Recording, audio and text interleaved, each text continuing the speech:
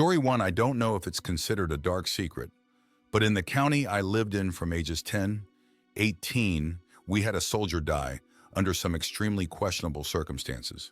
They said he was high slash drunk slash experiencing mental distress and raided a nursery, the plant kind. They claimed he was attacked by wasps and ran. He called 911 several times and claimed that someone was chasing him and was trying to kidnap him. In the last 911 call, he said everything was fine suddenly. Just 15 minutes later, he was struck by a woman who stopped and called 911. He was ran over 2 more times and died. The autopsy showed no signs of bee or wasp stings. The connection to the nursery is due to the fact that it was just up the road from where he died. The place was ransacked, pizza eaten, money taken, but his wallet and phone were sitting on the counter, undisturbed. However, the family was not okay with that explanation, especially because he had previously texted that there were some problems with the local boys since the soldier wasn't from this part of the state. So the family had a private investigator look into it. They analyzed the 911 recordings and found several instances of other people talking in the background, though most of it couldn't be made out, except one. In the 911 call where he told the operator that everything was fine, a male voice could be heard saying, "Tell her." In the nursery, there was no DNA, no fingerprints, no footprints that lead back to the soldier, even though his phone and wallet were there in the building. A lot of people, his family included, think he was killed by some of the local guys there after they got into a fight about something. They chased him down and caught him. He was able to run again after the final 911 call and was hit by a driver while trying to get help. And the police in the county covered the entire thing up because the boys involved were connected to the department somehow. Of the 3 drivers, none were charged for hitting/running over him. I think only the first driver stopped, but it was discovered that one of the other drivers was connected to the department either through family or friendship. It's a crazy story, but you can look it up. Just search Austin McGaw. I wouldn't be too surprised since there is a lot of shady stuff happening in small-town police departments, including covering up rapes that officers commit. I really hope his family gets him justice. Story 2, a freshman with Asperger's was being abused by his family at home. He was a problem child and got in trouble on purpose, but no one went too hard on him because of his home life. He was a well-loved kid at school and in the community. One day just before holiday break in December, he was really sick, but his mom sent him to school anyway. Locked him out of the house. He decided to try and get into one of the empty houses down the street through the chimney. Now this kid was the size of a 2nd grader, but he was too big to fit through since chimneys taper down thinner. Mom never answered her phone when the school reported him missing. Went a whole day without reporting her kid missing. No one knew what happened to him. It was about a month and a half before we knew what happened to him.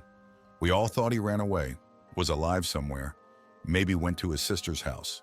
Nope, dead in a chimney. The schools organized an entire week of counseling and such. They wore pink for a day and hangled about little pink ribbons on pins for him since his favorite color was pink. Everyone was hit really hard by it. That's how our small town started 2020. It hasn't gotten any better, as you can see. So weird that it's almost been 2 years now. Story 3. No one thought to look there. About a decade ago, there was a crime spike here. It was really bad because one cartel tried to displace the other, and because we're a sleepy town across the border from the US, we're prime cartel real estate. However, when they weren't tearing each other up in the streets, they would abduct, interrogate, kill, and dispose of the bodies of their rivals, until eventually one cartel managed to keep the town. One thing that baffled the authorities was their stealth. They came out of nowhere, struck their target, and vanished into the shadows. That may be possible for a small unit or even a lone agent, but that's unheard of in a cartel.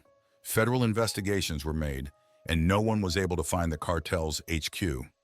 It had to be big because they had weapons, vehicles, metal shops, dorms, kitchens, and the corpse disposal equipment. They looked everywhere. Nearby ranches, warehouses, junkyards, nothing. Until they looked where no one thought to look. A few kilometers outside of here is a fully operational state prison that they were using as their HQ. Everyone was in on it, from the inmates to the guards to the warden to the governor. People were killed there, dissolved in acid, and the drums were dumped in a nearby river. Since then, the prison operation has been shut down, and the former governor is a wanted man by the Interpol. Story 4, small high school in Appalachia just off the interstate. In the early 2000s, MS-13 started moving in, recruiting, since apparently we were a great midpoint on the drug smuggling route to NYC and DC. Few cops, not very sophisticated, no local gangs. But this was a place where half the pickups had rifle racks, and a lot of the poor kids hunted year-round as a key part of how the family ate. When I went there, you could actually see where the old rifle racks had been removed from the back of the school classrooms a few years earlier. A few gangers move in, start recruiting, selling hard drugs. Some nasty incidents happen. A few seniors from moonshine families say they want to join up and set up a meeting in a Walmart parking lot middle of the night with the gang senior leaders. They show up, start explaining to the gang guys that the town is off limits. As they're talking, about 100 pickups show up and start roaring around the lot, with rednecks in the backs, rebel yelling, and firing shotguns into the air. To top it off, two kids whose dads were two of the 4 local deputies borrowed their dad's squad cars, pulled in with the lights on, and just sat there. The moonshiners talking to the gangers say, "Oh, don't mind the cops, they're with us." Now I wasn't there, my family wasn't from around here since my parents has moved in only about 15 years earlier. But the story spread, and everyone knew who the Holler families were. And knowing a few of those kids, I believe that, while it may have been exaggerated, something did happen. And almost 20 years later, the towns 20 miles north and 10 miles south along the interstate both have major drug and crime issues that started a couple years after the alleged incident, while my old town has basically no issues. Those old families are still there. Story 5. Another short, edit, okay, actually not short. One Friday night, Saturday morning. In late fall, I was leaving a football after party. I see a teammate walking along the road. We're miles from anywhere and there's snow on the ground, but he says he's walking home. Casually says he'll just rack out in the woods if he gets tired.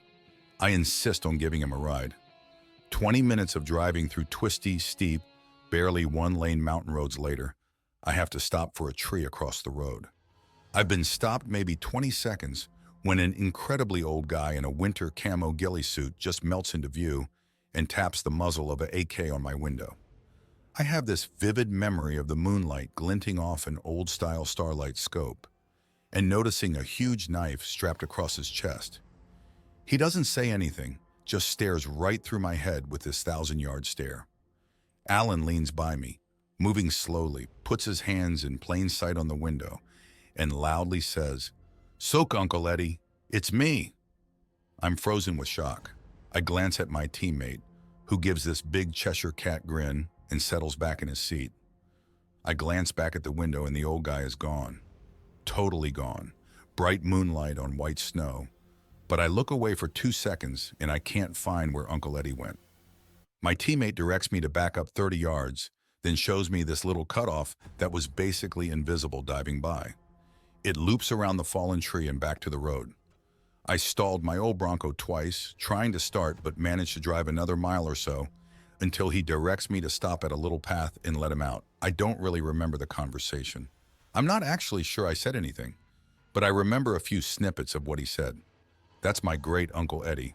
Don't mind him. He came back from the war a little funny, like a lot of them. He knows you now. You'll be fine." Pause. "But maybe don't come up here by yourself. His memory ain't much anymore. He should let you out, though." No, chuckle. "You do slash not slash want to try taking the cutoff without checking in first." Just no. I drove back still on autopilot. I stopped at the tree. The old guy appeared. I showed my hands and declared, "It's okay, Uncle Eddie. It's me." He disappeared. I backed up and took the cutoff again. I was 17 and totally shaken up. It took me until 3 a.m. to find my way out of the holler. When I finally found a real road with a route sign and a dotted line down the middle, I stopped and just sat there shaking violently for a while. I get home at nearly 5 a.m. and my dad is waiting up. After one look at my face, he switched from mad to concerned. I slowly get the story out and fall asleep. When I wake up, he quietly tells me he's made some calls and, unnecessarily, suggests that maybe I shouldn't go up that holler again. That was the night I learned that mountain folk have their own gated communities and their own methods for employing mentally ill relations. It's also why I mostly believe the first story legend I shared. My teammate's elder brother had supposedly been one of the lead negotiators with the gang. Thanks for watching. Don't leave before leaving a like to this video. Also hit the subscribe button to support my work. And as always, have a horrific nightmare, my dear.